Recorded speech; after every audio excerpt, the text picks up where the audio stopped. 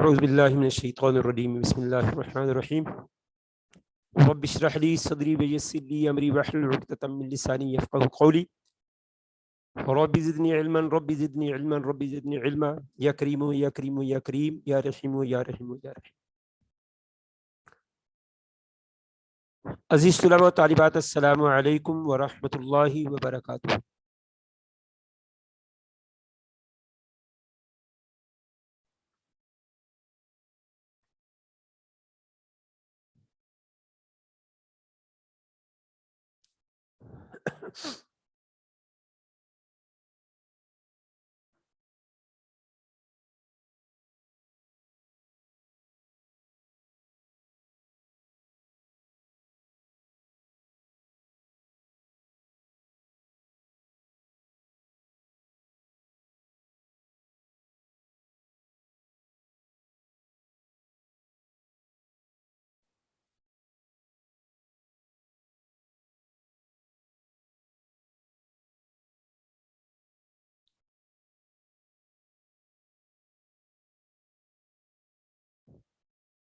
जी बेटा जी, आज आपके सामने ये जो स्क्रीन शो हो रही है इसी को हम पढ़ेंगे। इसके मुतालिक नोट्स जो है वो स्कूल वालों ने तैयार कर दिए हैं, तो आप पहली फुर्सत में यहाँ आकर स्कूल से नोट्स ले लीजिए। ठीक है बेटा जी। ये पहले चैप्टर के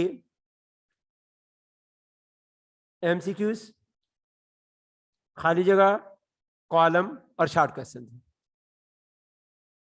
क्योंकि स्टूडेंट ने शिकायत की थी किताब नहीं मिल रही, तो इसका हमने हल ये निकाला है कि जो नोट्स तैयार हुए हुए हैं उनमें से आपको एमसीक्यू और शॉर्ट क्वेश्चन जो है वो कम से कम आप करवा दिए जाए, ताकि कुछ ना कुछ मटेरियल आपका इसके मतलब तैयार हो सके। तो ये जो स्क्रीन पे आपको एमसीक्यूज नजर आ रहे हैं, इनके नोट्स स्कूल से अवेलेबल हैं। आप पहली फुर्सत में आकर स्कूल से इनके नोट्स जो है वो सर नासिर से आकर ले लीजिए। जी बेटा, सबसे पहला एमसीक्यूज है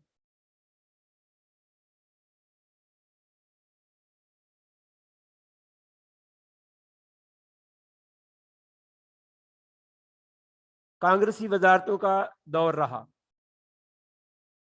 कांग्रेसी वजारतों का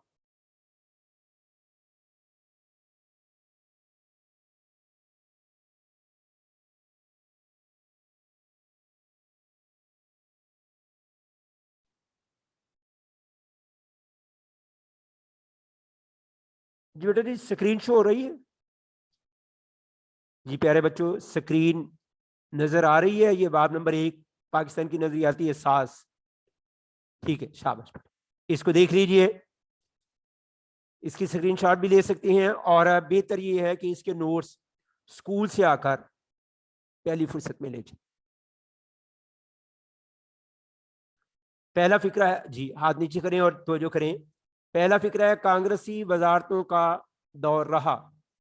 इसका दुरुस्त जवाब जो है ये है 1937 1939।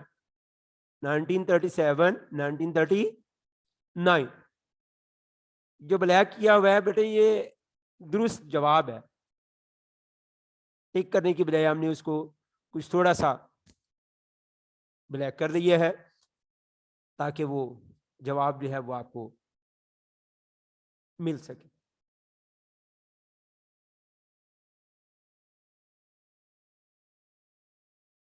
बात असल में ये है कि अंग्रेज बरसगीर पे 1857 में काबिज हुए। जंग आज़ादी जिसे कहा जाता है वो हकीकत में जंग नाकामी है। इसके अंदर मुसलमान जो है वो अंग्रेज़ों के गुलाम बन गए, और अंग्रेज़ जो है ये मुसलमानों पर और बरसगीर पर हुक्मरान बन। उन्होंने बरसगीर का निज़ाम चलाने के लिए 1935 में, कब? 1935 में एक कानून मुतारिफ करवाया जिसे कानून हिंद कहा जाता है। क्या कहते हैं? कानून हिंद। उस कानून के तहत बरसगीर के अंदर इंतखाबात हुए 1937 में। उन इंतखाबात में बर्रसगीर के 11 सूबों में से 7 सूबों में कांग्रेस ने कामयाबी हासिल की, और वो ऐसे सूबे थे जिन सूबों के अंदर मुसलमानों की तादाद भी काफी ज्यादा थी। कांग्रेस हिंदू थे, तो जब कांग्रेस ने कामयाबी हासिल की तो उन्होंने कामयाबी हासिल करने के बाद वहां के मुसलमानों को क्रश करने की कोशिश की और मुसलमानों को दबाने की कोशिश की। कायद मोहम्मद अली जिन्ना ने उनके खिलाफ सदाई एहतजाज बुलंद की और उन्हें कहा कि या काम ठीक करो या फिर वजारतें छोड़ दो। हिंदू थे, बदमाश कौम, तो उन्होंने काम ठीक नहीं किया, वजारतें छोड़ दी।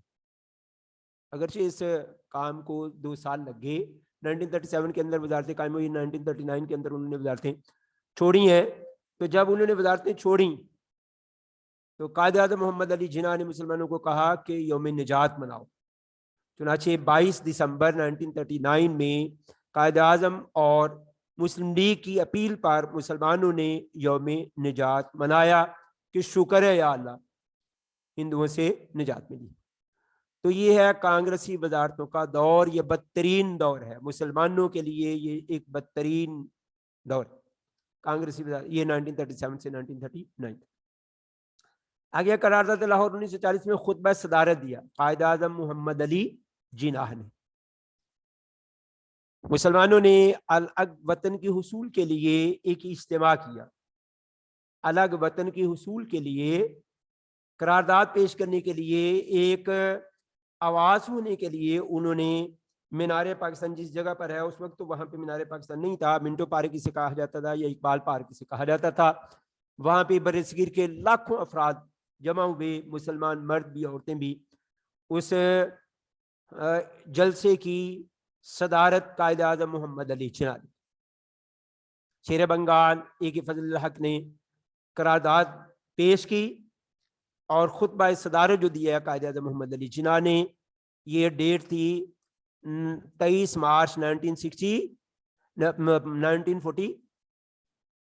1940 23 मार्च 1940 23 मार्च 1940 को लाहौर के अंदर। ये इसको करारदादे लाहौर कहा जाता है, बाद में इसे करारदादे पाकिस्तान के नाम से याद करिए। असल में हिंदुओं ने इसका मजाक उड़ाया था, लो जी पाकिस्तान बनाने के लिए करारदादें पास कर रहे हैं, ये करारदादे पाकिस्तान है। मुसलमानों को उनकी ये इस्तिलाह पसंद आई और उसको अब करारदादे पाकिस्तान ही के नाम से याद किया जाता है। हकीकत में वो करारदादे लाहौर है कि ऐसी करारदाद जो लाहौर के मुकाम पर पेश की गई थी और मंजूर की। करारदाद होती क्या है, आपको पता है करारदाद होती क्या है? जलसे के अंदर एक आदमी खड़े होकर, जलसे के अंदर एक आदमी स्टेज पर खड़े होकर कहता है कि हम ये काम करना चाहते हैं, क्या आपको मंजूर है? हम ये काम करना चाहते हैं, क्या आपको ये मंजूर है? अगर आपको मंजूर है तो आप अपने हाथ बुलंद करें। ये जलसे के अंदर बंदा खड़े होकर ये कहता है, इसे कहते हैं करारदाद। ऐसा इकरार जिसके ऊपर सारे अफराद जो है मुत्तफिक हों, उसको करारदाद।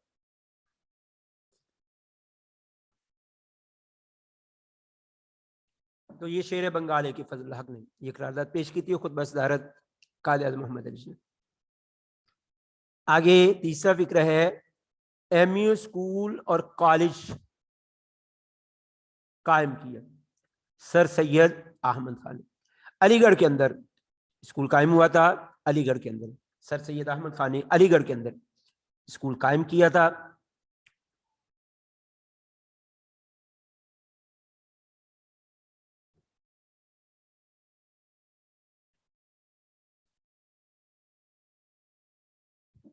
MU school MAO Muhammadan Anglo oriental, Muhammadan Anglo oriental MAO पहले स्कूल बना 1875 में।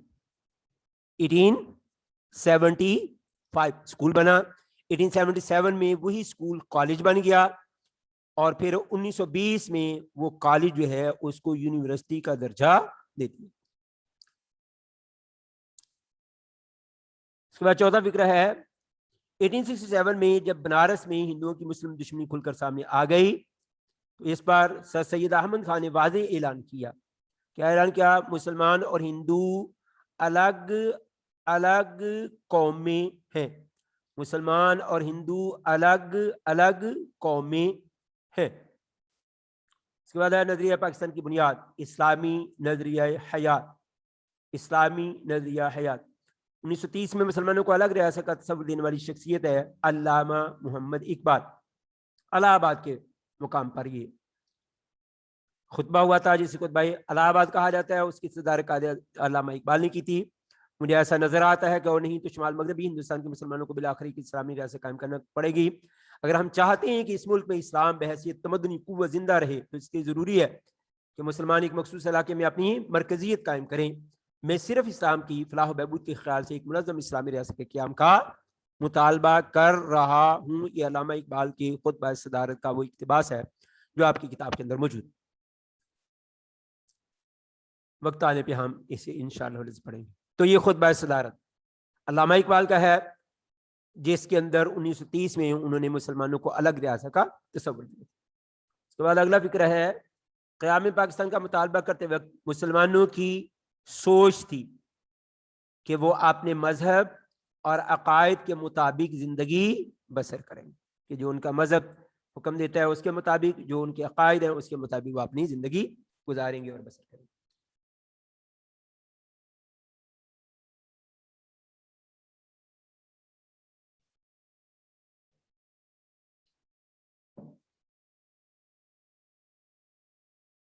तो बाद अगला फिक्र है, किसी भी ये एमसीक्यू जो है ये किताब के अंदर मौजूद है, ये एमसीक्यू किताब के अंदर मौजूद है। अगले एमसीक्यू जो है वो किताब के अंदर मौजूद नहीं है, किताब के एंड पे एमसीक्यू नहीं, वो चैप्टर के अंदर से लिए हुए हैं। इजाफी एमसीक्यू से निकाल, इजाफी यहाँ से किसी भी मकसद के हुसूल के लिए बनाया गया डैश खाका नजरिया कहलाता है। फिक्री फिक्री बेटा जी, एमसीक्यूज के अंदर आपको सिर्फ दुरुस्त जवाब जो है वो याद करना है, सिर्फ दुरुस्त जवाब, करेक्ट आंसर, सिर्फ इसी को आप याद करें और इसी को आप याद करना है।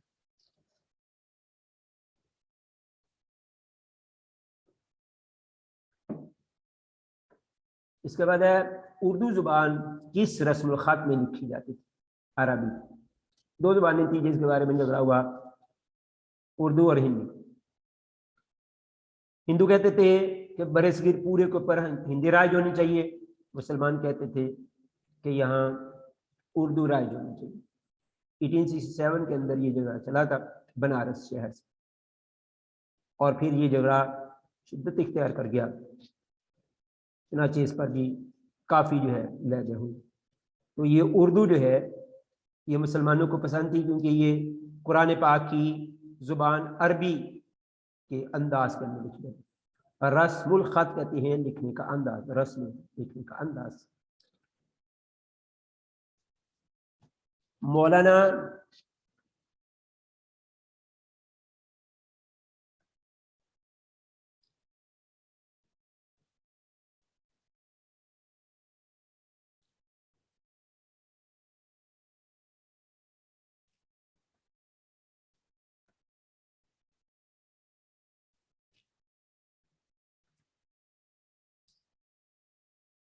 तो ये बेटे आपकी तबीयत ठीक है?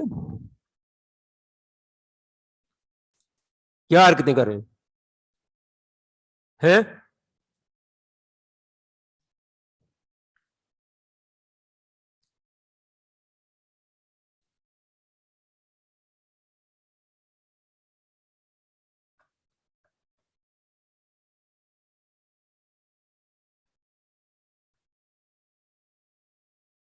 इसके बाद अगला है,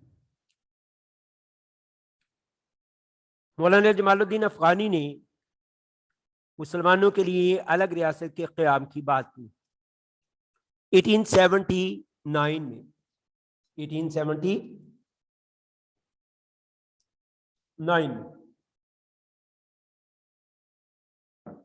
आगे है,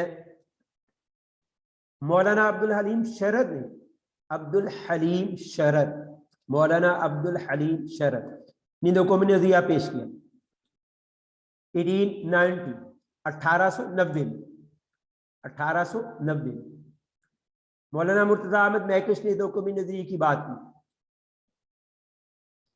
1928 में 1928 में पाकिस्तान की दस्तूर साज असम्बली में कायद ने अक़लियतों के हुकूक की वजाहत की 11 अगस्त 1947 को। तो पाकिस्तान नहीं बना, पाकिस्तान बनने में 3 दिन बाकी थे, दस्तूर साज असम्बली बन गई थी। उस दस्तूर साज असम्बली के अंदर कायद आज़म ने तकरीर की थी। उस तकरीर के अंदर ये बात बयान की थी कि अक़लियतों को तहफ़्फ़ुज़ दिया जाएगा, उनको हुकूक दिए जाएंगे।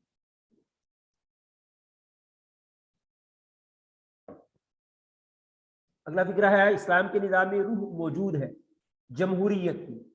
जमहूरियत का मतलब होता है अवामी हुकूमत, अवामी हुकूमत। सर सैयद ने मुसलमानों को कांग्रेस में शमूलियत से मना किया। सर सैयद ने मुसलमानों को कांग्रेस में शमूलियत से मना किया 1885 में।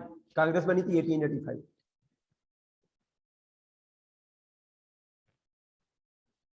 कायद आज़म मोहम्मद अली जिन्ना ने कहा था कि अभी आपको पहले इल्म हासिल करना है, फिर सियासत में हिस्सा लेना है। इस जमात के अंदर आपकी शिरकत जो है हालात और वक्त के तकाजे के मुताबिक ठीक और दुरुस्त नहीं। तो कायद आज़म मोहम्मद अली जिन्ना ने उनको इसमें शिरकत से मना किया।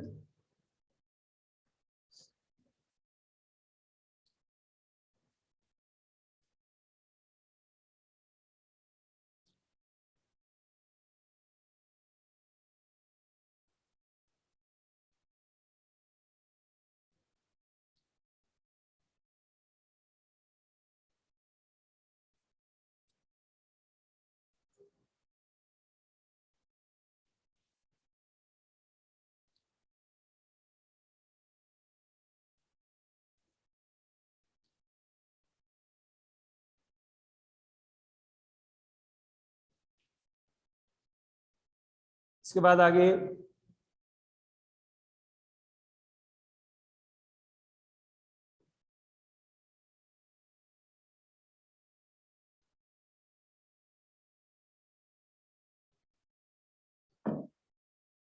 एमसीक्यू है। कुतुबुद्दीन ऐबक ने सल्तनत देहली की बुनियाद रखी। कुतुबुद्दीन ऐबक ने सल्तनत देहली की बुनियाद रखी 1206 में। 1206 में 1526 में ज़हीरुद्दीन बाबर ने मुगलिया सल्तनत की बुनियाद रखी देहली में। इसमें 1526 में एमसीक्यूज में ला सकते हैं, मुगलिया सल्तनत भी एमसीक्यूज में ऑप्शन में ला सकते हैं, ज़हीरुद्दीन बाबर भी ऑप्शन में ला सकते हैं। गोया ये एक फिक्रा जो है ये 4 तरह से एमसीक्यूज बन सकता है। तो ऊपर वाला फिक्रा भी 3 तरह से एमसीक्यूज बन सकता है। ये ऊपर वाला फिक्रा ही दूसरी तरह से ये भी है। सल्तनत देहली की बुनियाद रखी 1500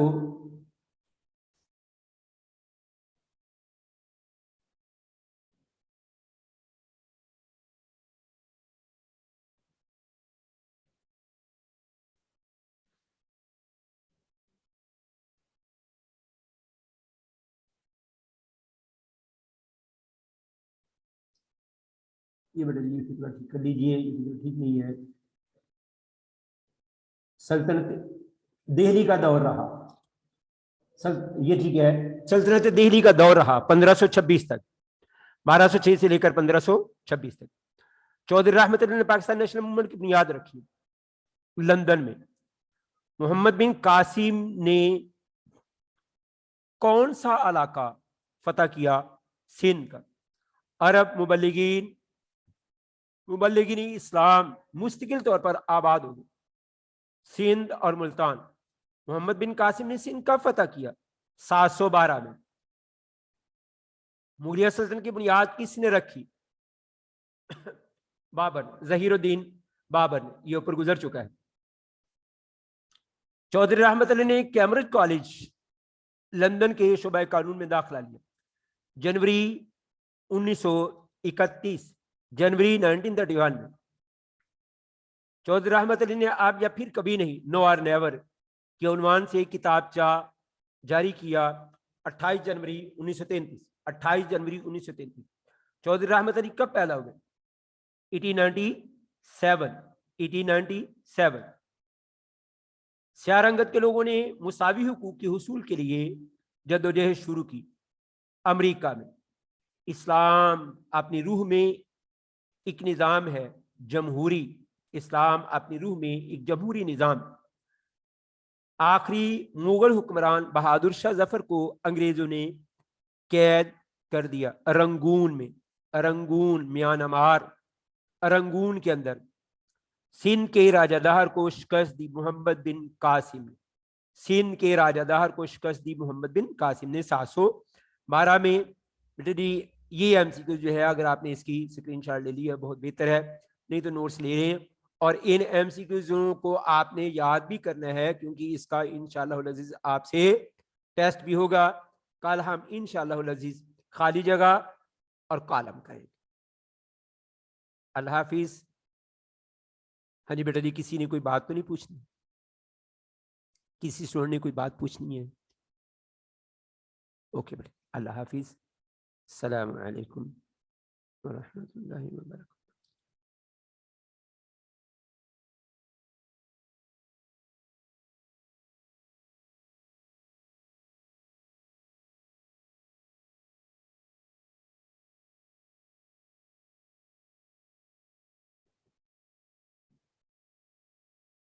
जी बिस्मिल्लाह फारूक बेटे, आपने कुछ पूछना है? अस्सलाम वालेकुम जी सर। वालेकुम अस्सलाम व रहमतुल्लाहि व बरकातहू। जी बेटे। एक्सक्यूज मी सर, मैंने अभी ना नोट्स नहीं लिए तो मैं बुक पे मार्क कर रही थी, तो फिल इन द ब्लैंक्स में आप कह रहे ये थे ना तो कि बुक फिल इन पे द तो ब्लैंक्स इतने, वो वाली ये नहीं तो है। एमसीक्यू सारे बेटे किताब के चैप्टर के अंदर से हैं, तो ये किताब चैप्टर के अंदर से तो इतने नहीं आपके मार्क हो सकते। जी सर, तो जो फिर चैप्टर के आखिर के है नोट्स। ना वो आप मार्क कर लें, जो चैप्टर के जी अंदर से हैं उनके लिए आपको यहाँ किसी न किसी को भेजना पड़ेगा या आना पड़ेगा, तो यहाँ से आके लें। ठीक है जी, चलिए ठीक है सर, थैंक यू।